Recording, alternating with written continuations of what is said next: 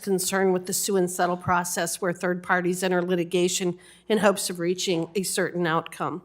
However, this process often occurs behind closed doors, outside of public view, and without the input of all stakeholders. In your testimony, you note that the Biden administration has engaged in private caucuses between the Council on Environmental Quality and select parties while leaving other official participants and stakeholders in the dark. Mr. Sims, can you talk about the dangers of this process and what its results could be?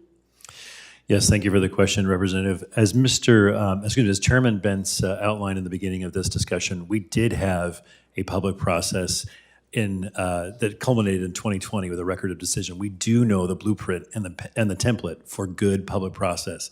It was more than 2 years in the making. It was tens of millions of dollars, but it was a process in which it was run from the Northwest for the Northwest. And citizens had opportunities to turn out in community meetings. They had a chance to go to meetings after work because there are a lot of working citizens out there where every day and every dollar counts. And we had a terrific process that came about with a resolution that was a non-breach solution with some additional tactics and strategies that needed to be taking place. As Chairman Bentz outlined, folks didn't like that answer. And so now we find ourselves in litigation with the closed room door exercise where 6 parties, the U.S. government, and some advice from the plaintiffs have apparently been involved in creating this U.S. government agreement that is now in the public domain, and it's highly concerning.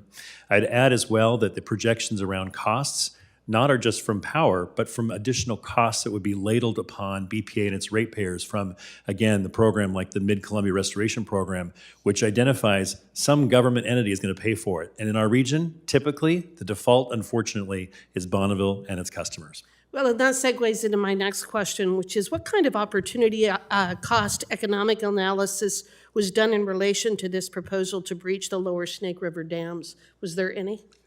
To my knowledge, I do not know of any cost analysis that was conducted by the U.S. government for release in this document. That's one of the things that is so bizarre to me in the entire discussion about global warming and the climate crisis and all of the nonsensical words that are thrown at us, is that nobody ever talks about the opportunity costs associated with going down that road. Do you believe in energy poverty? Do you think energy poverty is a good thing? I absolutely believe in energy poverty, and I know it absolutely exists in the communities that my utilities serve, both urban and rural, absolutely. Would this proposal exacerbate energy poverty? It would massively exacerbate it.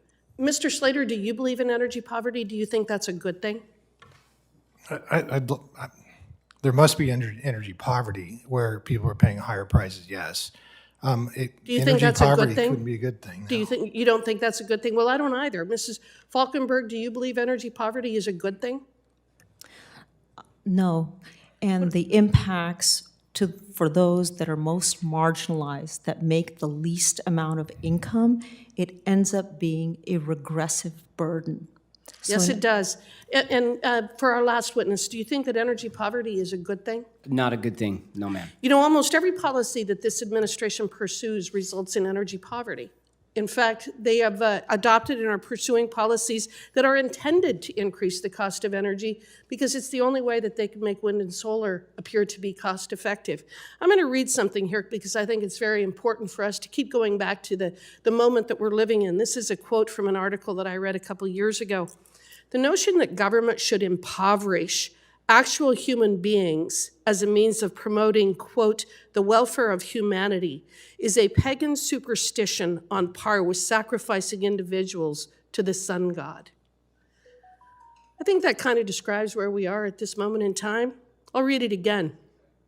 The notion that government should impoverish actual human beings as a means of promoting, quote, the welfare of humanity is a pagan superstition on par with sacrificing individuals to the sun god.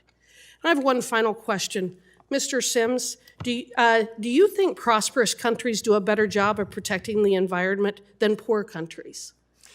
That's a great question. I think that we have energy problems throughout the world, frankly, and I think that for us in this country, I think we have great opportunity if we don't squander it, like removing the lower Snake River dams. Let's compare the Congo and the United States. Who do you think does a better job of protecting their environment?